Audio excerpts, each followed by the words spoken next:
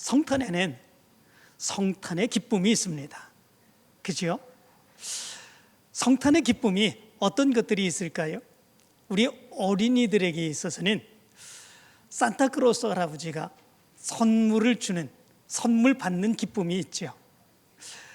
우리 손녀딸도 오늘 새벽에 선물 이만큼 받은 거 사진 찍어가지고 올려보냈어요. 우리 어린 아이들에게 있어서는 성탄절은 선물 받는 그런 날이지요. 그것보다 더 기쁜 그런 모습들이 어디 있겠습니까? 우리 청년들, 젊은 사람들은 그러면 어떤 기쁨의 모습이 있을까요?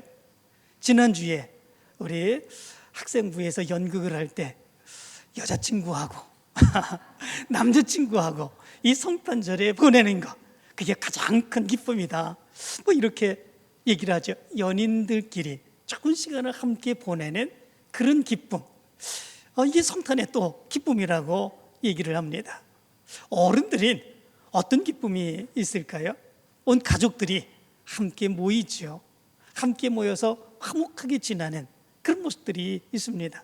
이것을 성탄에 우리가 누리는 기쁨으로 이렇게 생각합니다.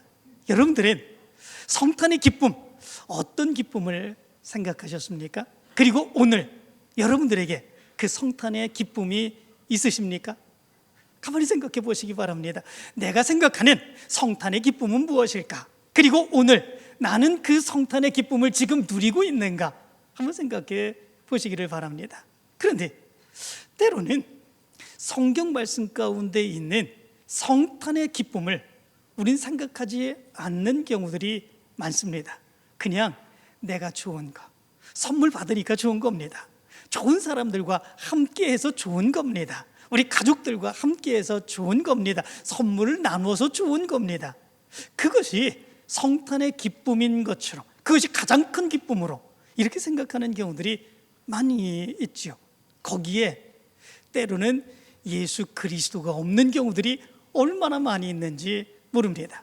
그런데 성경 말씀 가운데 보게 되면 그 성탄의 가장 큰 기쁨, 그 기쁨을 무엇이라고 얘기합니까? 물론 예수 그리스도께 선물을 드리고 또 예수 그리스도로 인하여 기쁨을 누리는 그 기쁨의 모습, 우리가 누려야 되는 그런 기쁨의 모습이 있죠. 그런데 성경 말씀 가운데 보면 그것보다도 더 근본적인 가장 큰 기쁨의 모습이 있음을 얘기해 주고 있습니다. 오늘 성경 말씀 가운데 보면 세 가지로 그 기쁨의 모습이 무엇인지 말씀해 주고 있지요. 첫 번째, 오늘 성경은 이렇게 말합니다. 1절의 말씀 가운데 보면 태초에 말씀이 계시니라, 이 말씀이 하나님과 함께 계셨으니 이 말씀은 곧 하나님이시라, 이렇게 말씀해 주고 있습니다. 성탄의 가장 큰 기쁨, 그 기쁨의 모습은 사람으로 오신 하나님을 만나는 기쁨이라고 말씀해 주고 있는 거죠. 여기 말씀 가운데 보면 말씀이라고 말씀하고 있습니다. 이 말씀이라고 하는 말은 로고스라고 하는 말입니다. 이 로고스라고 하는 이 말이 지칭하는 바로 그것은 예수 그리스도를 지칭해 주고 있는 것을 보게 됩니다. 그 예수 그리스도가 하나님과 함께 계셨고, 그리고 이 말씀 곧 하나님과 함께 하시는 하나님의 역사가 있었다 말씀해 주고 있습니다. 그리고 1장 14절의 말씀 가운데 보면 이렇게 말합니다. 말씀이 육신이 되어 우리 가운데 거하심에 우리가 그의 영광을 보니 아버지의 독생자의 영광이요 은혜와 진리가 충만하더라, 이렇게 말씀해 주고 있는 것을 보게 됩니다. 말씀이셨던 하나님과 함께 하시는, 하나님과 같으신 바로 그분이 육신을 입고 우리 가운데 오셨고 우리는 그분을 만날 수 있게 되었다 말씀해 주고 있습니다. 그런데 예수님이 오신 것은 2000년 전이죠.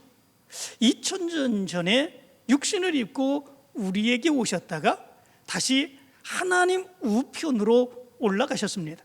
그렇다면 하나님이신 그분을 우리가 만나는 기쁨, 그것이 우리에게 가장 큰 기쁨인데 어떻게 우리가 그 하나님이신 예수님을 만날 수 있을까? 라고 하는 거죠. 오늘 성경은 우리에게 가르쳐 주고 있습니다. 말씀으로 바로 그 예수 그리스도를 우리가 만날 수 있다 말씀해 주고 있습니다. 예수 그리스도께서 이 세상에 오셨습니다. 말씀이셨던 하나님과 함께 하시던 그분이 이 세상에 육신을 입고 오셨습니다. 그리고 하나님의 말씀을 우리에게 주셨습니다. 그 말씀이 기록된 말씀으로 우리에게 전해지게 되었죠. 그 기록된 말씀으로 전해진 그 말씀을, 그래서 말씀이셨던 그분 곧 로고스라고 하는 그 말이 말씀으로 우리에게 전해준 그 말씀도 동일하게 로고스라고 말씀해 주고 있는 것을 보게 됩니다. 다시 말하면 우리는 하나님이셨던 그분을 말씀을 통해서 만나게 된다라고 하는 거죠. 말씀을 통해서 우리는 예수 그리스도를 만납니다. 말씀을 통해서 우리는 하나님의 놀라운 역사를 체험할 수 있게 됩니다. 하나님의 그 말씀의 의미를 깨달을 수 있게 됩니다. 그리고 그렇게 해서 말씀을 통해서 예수 그리스도를 만나는 그 모습, 말로 다 할 수 없는 큰 기쁨을 누리는 그 모습, 그것을 가르쳐 레마라고 이야기합니다. 다시 말하면 말씀을 통해서 주어진, 로고스의 말씀을 통해서 우리에게 주어진 그 말씀이 우리의 심령 가운데에 이해되고 깨달아지게 되고 받아들여지게 되고 은혜의 감격을 누리게 되는 바로 그 말씀, 그것을 레마라고 얘기합니다. 이것을 깨달은 믿음의 사람들은 말로 감당할 수 없는 큰 기쁨의 감격을 가지고 예수 그리스도를 만난 그 마음과 믿음을 가지고 살아가게 되는 그 모습이 있게 됩니다. 성탄의 가장 큰 기쁨, 그것은 말씀으로 오신 예수 그리스도를 우리가 말씀을 통해서 만나게 되고 깨닫게 되고 기쁨을 누리는 그 기쁨의 모습임을 얘기해 주고 있는 것을 보게 됩니다. 여러분들도 오늘 말씀을 통해서 예수 그리스도를 만나시기를 간절히 축원합니다. 그 기쁨이 여러분들에게 넘쳐나게 되기를 간절히 축원합니다. 두 번째의 모습이 있습니다. 성탄의 가장 큰 기쁨, 그것은 생명을 얻은 기쁨이다, 이렇게 말씀해 주고 있습니다. 무엇을 얻습니까? 생명을 얻은 기쁨, 그것이 우리에게 가장 큰 기쁨이다 말씀해 주고 있지요. 4절의 말씀을 보면 이렇게 말합니다. 그 안에 생명이 있었으니, 이렇게 말합니다. 이 생명이라고 하는 단어는 조에라고 하는 단어입니다. 이 단어는 일반적으로 우리가 살아가는 생명, 삶, 그것을 의미해 주고 있는 것이 아닙니다. 예수 그리스도 안에 있는 영원한 생명, 그것을 의미해 주고 있는 것을 보게 되지요. 예수 그리스도 안에는 세상의 사람들이 갖지 못한 영원한 생명이 있습니다. 예수 그리스도를 믿는 그 믿음의 모든 사람들은 이제 이 세상에서 살아가는 그 삶의 모습만이 전부가 아니라 예수 그리스도를 통해서 얻게 되는 영원한 생명을 얻게 되는 놀라운 역사가 일어나게 됩니다.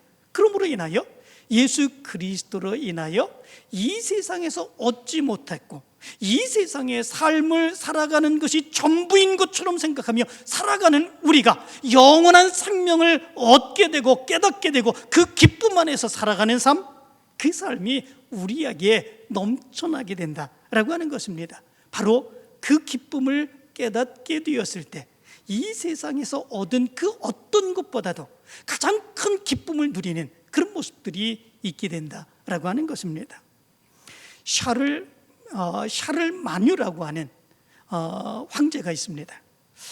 이 황제는 8세기경 서부 유럽 기독 국가를 전체를 묶어서 통일한 그런 황제라고 그럽니다. 엄청난 그런 황제이지요. 그런데 그 황제의 무덤이 오래전에 발굴이 되었습니다. 그 발굴되는 현장을 보았던 그런 사람들이 깜짝 놀라게 되었다고 그러죠.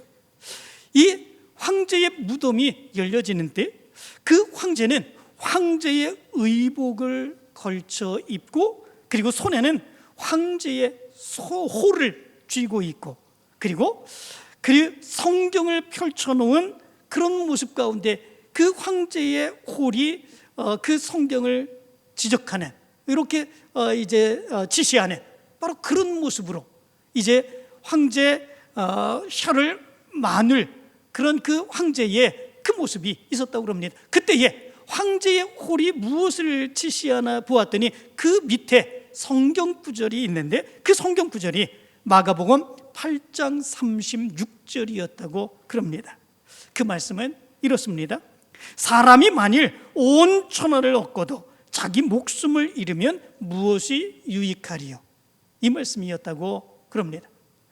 그 서부 유럽의 그 국가 전체를 통일하고 지배했던 바로 그 황제, 그 황제가 자기가 죽은 바로 그 모습, 가장 행복하게 가장 엄청난 기쁨을 누리며 살아갔을 법한 그 황제의 모습. 그런데 그 황제가 그 죽음을 통해서도 많은 사람들에게 이야기하고자 했던 그 모습이 무엇입니까? 다른 것이 아니죠. 내가 아무리 좋은 것, 아무리 많은 것을 누리고 살아갔다고 할지라도 내 목숨을 잃으면 아무것도 아니다 라고 하는 것들을 이야기해주고 있는 거죠. 이 세상에 살아가는 많은 사람들은 결국은 아무리 좋은 것, 아무리 많은 것, 아무리 큰 것 누린다고 할지라도 결국 죽을 수밖에 없습니다. 그것은 좋은 것이 아니다라고 하는 거죠. 결국 죽으면 아무것도 아닌 것임을 얘기해 주고 있습니다. 그렇다면 그것보다 더 좋은 것, 그것은 무엇입니까?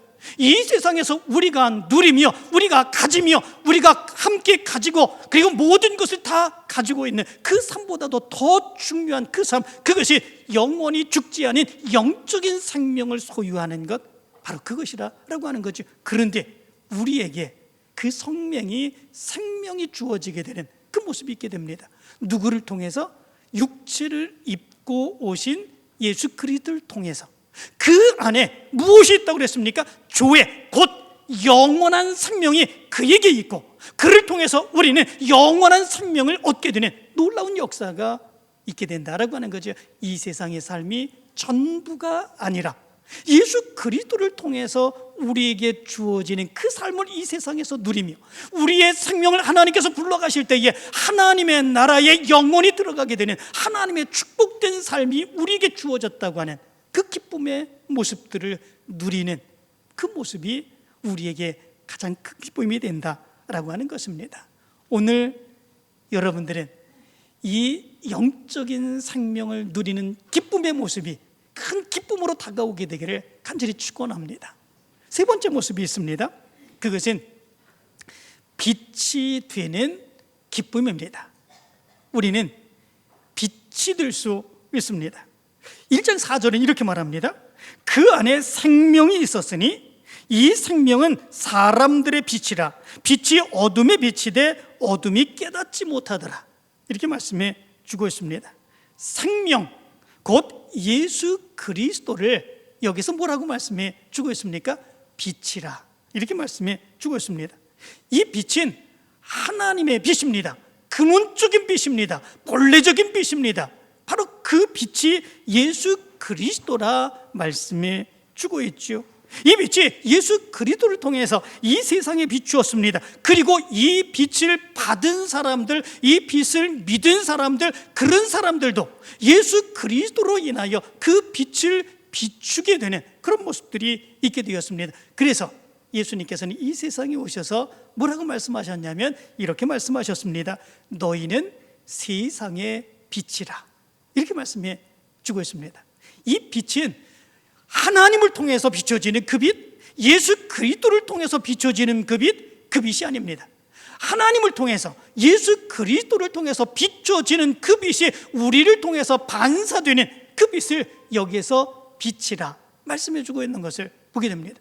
우리가 믿음으로 예수 그리스도를 믿고 살아가게 되는 그런 모습들이 있으면 우리에게서도 예수 그리스도의 빛이 밝혀지게 되는 그런 모습들이 나타나게 됩니다. 우리는 예수 그리스도를 반사하는 그 빛이 됩니다. 무엇 때문에 그렇습니까? 예수 그리스도를 믿고 예수 그리스도를 의지하며 믿음으로 살아가기 때문에 그렇습니다. 그렇기에 바로 우리가 기쁨을 누리게 됩니다. 그 기쁨의 모습은 그 기쁨, 그 빛을 얻지 못한 그리고 깨닫지 못하며 살아가는 어둠 속에 살아가는 그 사람들이 있기 때문에 그렇습니다. 그런데 예수 그리스도를 통해서 우리는 그 빛을 얻게 되었고 이 세상을 살아가면서 그 빛을 비추며 살아가기 때문에 그렇습니다. 5절은 그래서 이렇게 말합니다. 빛이 어둠에 빛이 돼 어둠이 깨닫지 못하더라.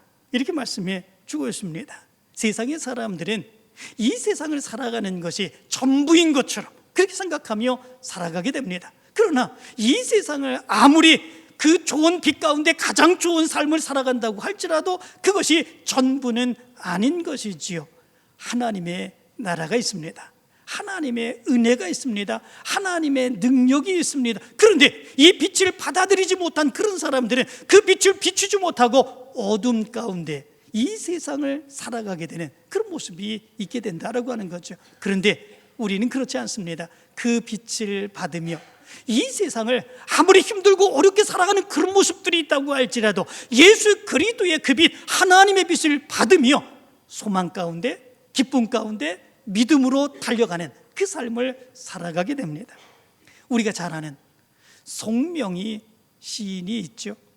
송명희 시인은 그 아기 때에 의사가 태아를 뇌를 잘못 집어서 이제 평생 뇌성마비로 살아가야 했던 그런 한 여자입니다.